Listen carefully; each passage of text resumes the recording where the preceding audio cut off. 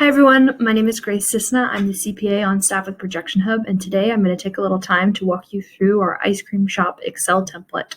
This template is perfect if you're opening an ice cream shop or other similar dessert business. If you're looking to get projections for a lender or for an investor, or if you just need them for your own personal planning, this is a great way to do it.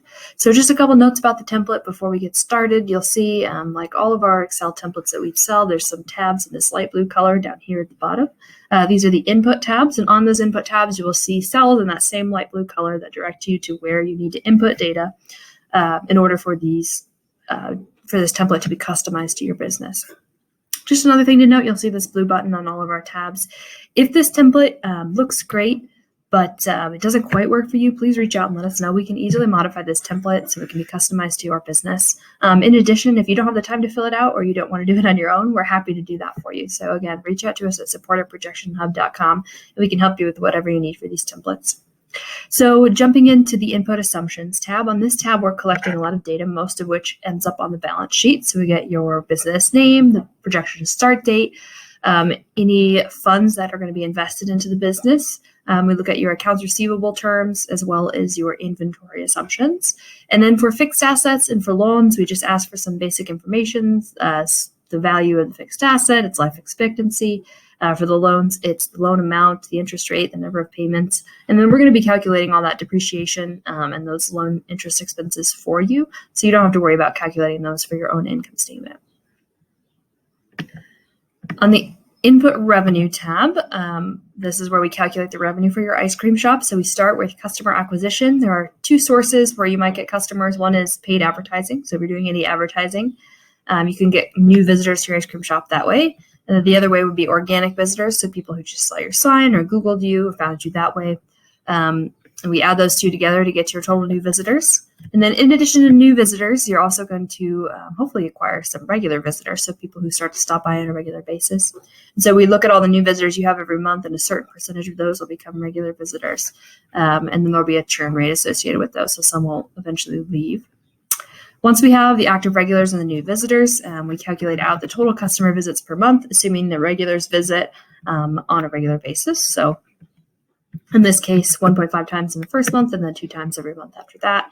Maybe it's less than 1. Whatever it is, you can plug it in here and we'll get your total customer visits during the month.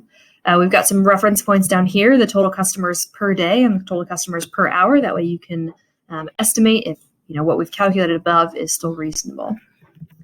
From there, we've got our sort of menu box here. So the items that are on your menu, their average price, and then the average number of purchases per person per visit. And these should all, I would assume, be a little less than 1, so that your average purchases per person is a reasonable amount. So in this case, it looks like every person is purchasing on average 1.2 items, which is a fairly reasonable amount. I would say anywhere from 1 to 2 items per person would be reasonable for an ice cream shop. The model will calculate the average spend per person for you, and that will grow over time. And the other area of revenue besides ice cream that we enable you to have here is merchandise revenue. So if you sell T-shirts or dishes or whatever it is that you sell, we're assuming some percentage of your visitors are buying those for an average spend amount here, in this case $10. And that as well grows over time. So at the bottom here, we calculate your ice cream revenue based on the number of visitors and their average spend. And then the merchandise revenue, again, based off those average visitors and average spend. From there, we can jump over to cost of goods sold. So there's 2 pieces of the cost of goods sold model. There's the direct materials, so the ice cream or the T-shirts, whatever it is that you're selling. And then the labor associated with producing ice cream. So the direct materials is just a percentage of that revenue amount up here. And the labor is calculated with this little model here. So we calculate in the number of hours that you're open every week, the total extra hours that are worked, so those closing and opening hours on either side of the day, the average employee hourly rate. And then in order to calculate how many employees you need every hour, we have the transactions per hour per employee. And then there's a minimum employees per hour as well. So we use this number here from the revenue model, the average customers per hour, to calculate the number of employees you need every hour. It never goes less than this minimum you select. So in this case, for the first several months, all you need is those 2 But then you start to get more and more transactions per hour. And so over time, you're going to need more and more employees per hour. So then we use that number of employees per hour multiplied by the hours multiplied by the rate to get our labor expense for your ice cream shop down here.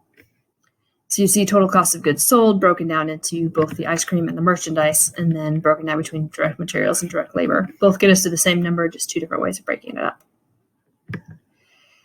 Jumping ahead to our other expenses tab. So this is all those operating expenses that are not cost of goods sold or the salaries, both of which are calculated on other tabs. So on this, you would enter your operating expenses. There's two ways to enter these.